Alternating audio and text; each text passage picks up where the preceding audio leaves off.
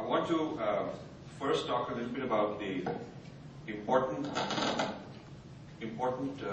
role of what I call discourse, the battlefield of discourse. Why it's important. A lot of people say, well, you know, let these intellectuals be the way they are, we are fine, I got the truth in my heart, or we built enough temples, or whatever. And they have a cynical attitude or dismissive attitude towards the intellectuals whose job is to produce discourse. And I think we're paying the price for not being into the business of managing the discourse. So if the discourse is whatever is the opinion, whatever are the ideologies, whatever are the arguments, whatever are the material being written on a given topic. So there's discourse in medicine, there's discourse in what's happening to the war in Afghanistan, there's discourse on whatever your field happens to be, there's discourse on software. So if you are in a profession and you are one of the competitors, you have a position in pharmaceuticals, you know, the discourse on the future of that industry is your business. You can't afford to say, I won't worry about it, let my competitors take care of it, because you will lose. The discourse may turn in a direction that's not good for you, and you have to manage the discourse in whatever you're involved in. So if you are interested in a civilization, then, and if you feel there's a civilization or a nation that has got, that ought to have a world presence, you cannot achieve that without having your own discourse. You need to have a civilizational discourse, a seat at the table, your positions on yourself and on others. For instance, the West has produced much of the discourse on these matters because they were the colonizers and they've continued that. But Islam has a huge amount of discourse production within itself. There's a lot of Arabic language and Persian language discourse produced. China has many international relations, geopolitical journals in Mandarin, not only about China studies, but about various other major civilizations. So the civilizational discourse goes on in major, in areas which have a claim to being on the world stage. India has a claim on things like, okay, we have good popular culture, we have now industry, we have GDP growth and a big economy and so on. But when it comes to the discourse, even on India itself, it comes from elsewhere. The most Indian intellectual elites, what is being taught in Indian universities, what is prevalent in the media, even the government of India, history of India, on the website is all Aryan invasion theory, these kind of things. What the IAS and IFS officers, they go to a school in Missouri after they're selected for training, and you look at their curriculum, it is this kind of stuff. Our own schools in India are teaching this kind of stuff. So it's a very colonized mind, a Eurocentric mind that still prevails in the Indian discourse. And so it's how can you have a nation which is claiming to be on the world stage as one of the big civilizations and not have its own position on this kind of discourse. So this is an issue. And discourse shapes social reality. It is not disconnected from the reality. For instance, you know, there was something called Marxism.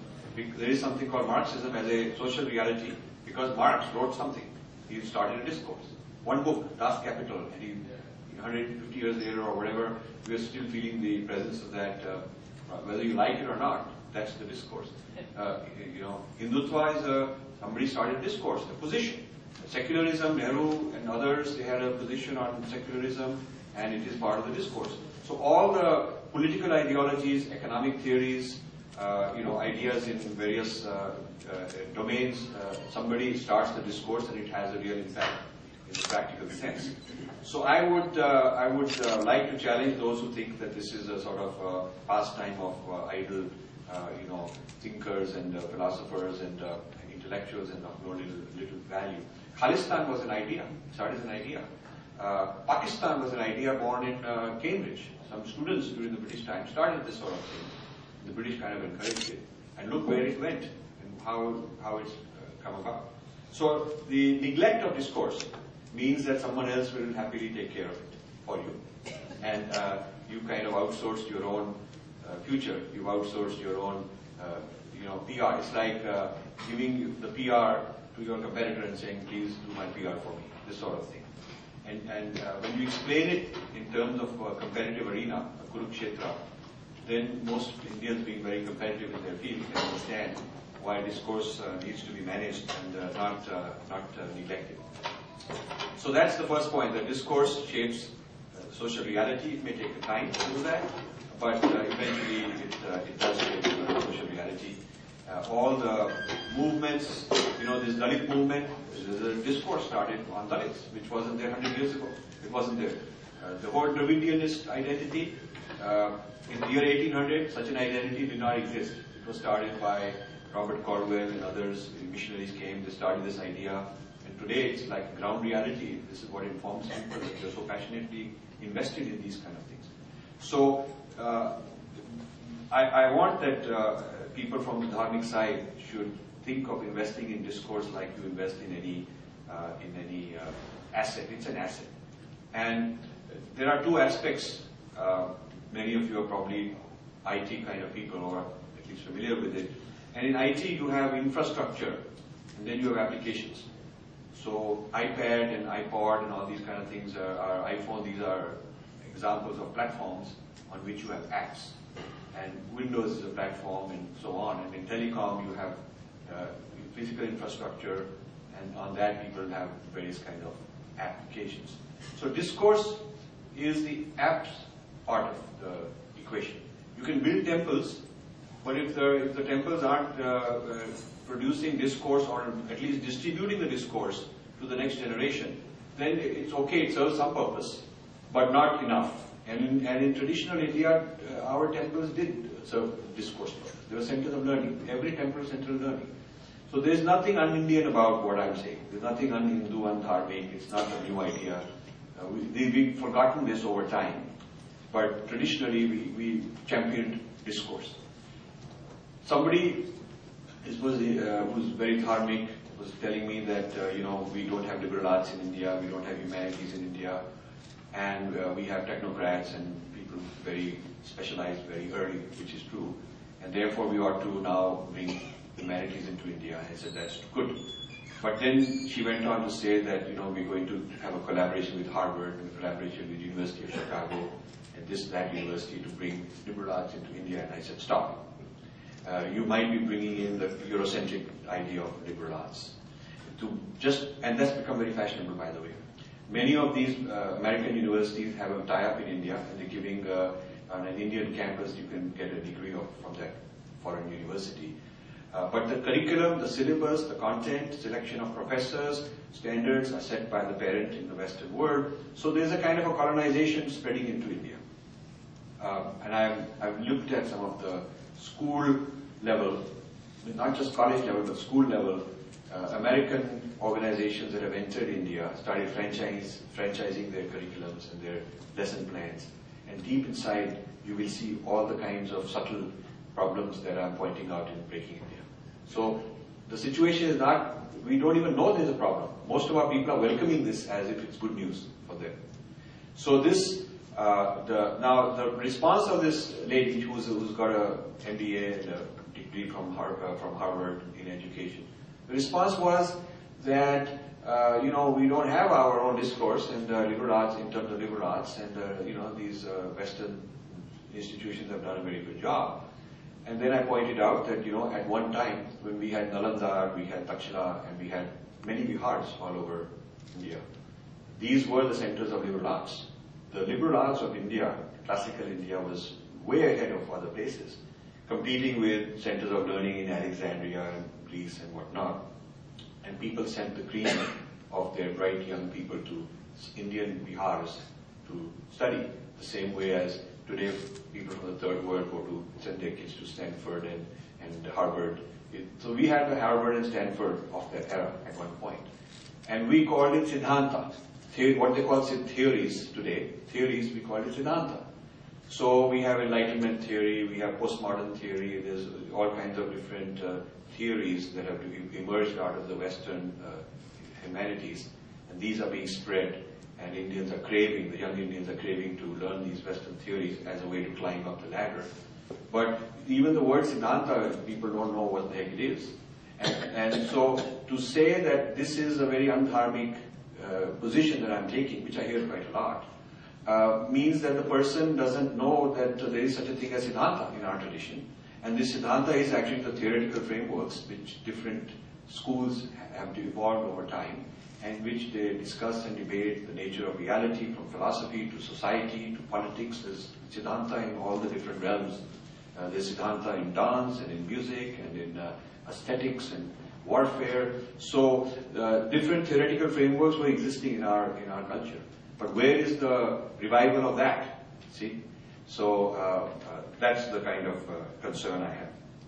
Now, the forums where discourse lives, where it is created, debated, argued, and from where it's packaged and distributed.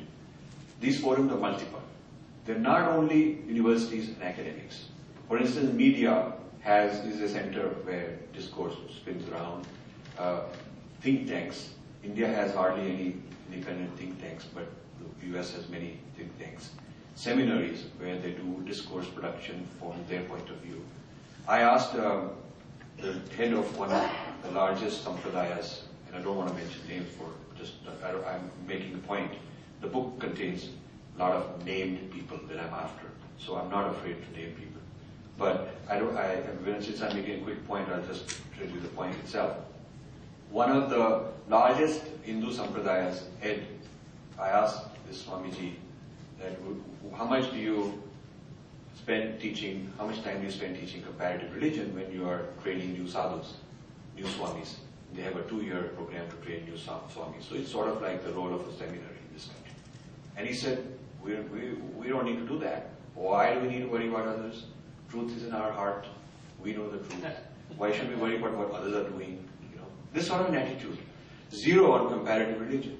So then I told him that, but you know, Swamiji, when you teach Vedanta, you are teaching the Purva Paksh between the Vedantins and the Buddhists. You are teaching the Purva Paksh between various schools of Vedanta. Purva Paksh means how one sees the other's point of view, and analysis and interpretation of the other's point of view. And Purva Paksh should be the foundation of interfaith discussions, should be the foundation of comparative studies. And Purva Paksh was at the core of our civilization, doing Purva Paksh on each other.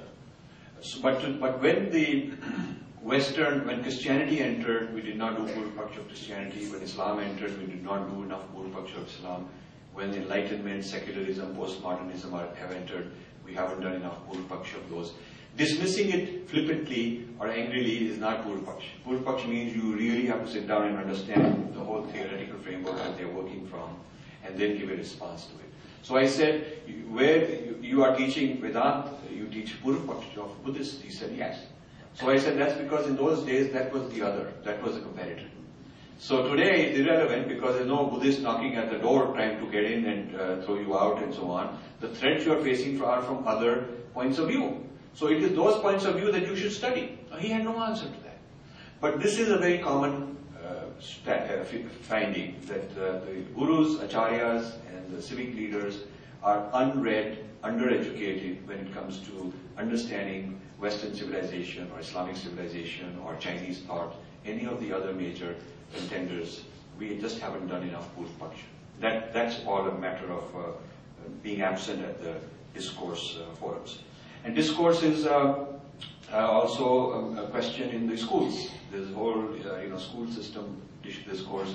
And then there's public intellectuals. A lot of discourse, like Thomas Friedman writes The World is Flat, and it changes a huge amount of perception on India and helps India's outsourcing because he really helped that a lot. Now, he's not some academic guy, he just wrote a very important book. So you see that a lot of people who shifted the discourse were public intellectuals. Gandhi was public intellectual, not a professor somewhere. But he had the originality, he had the popularity, he had the ability to communicate, write, and change the way of thinking of people. Nehru, who pretty much invented the Indian idea of secularism, which is a different idea than Western idea of secularism. He was not an academic guy. He was basically a public intellectual. So discourse creation and management happens in many kinds of institutions. And individuals who are not part of any institution are some of the greatest producers of discourse in history. If you look at who are some of the people who shook up the world, they were just independent thinkers because they can be very creative and very original and not be worried politically about the consequences.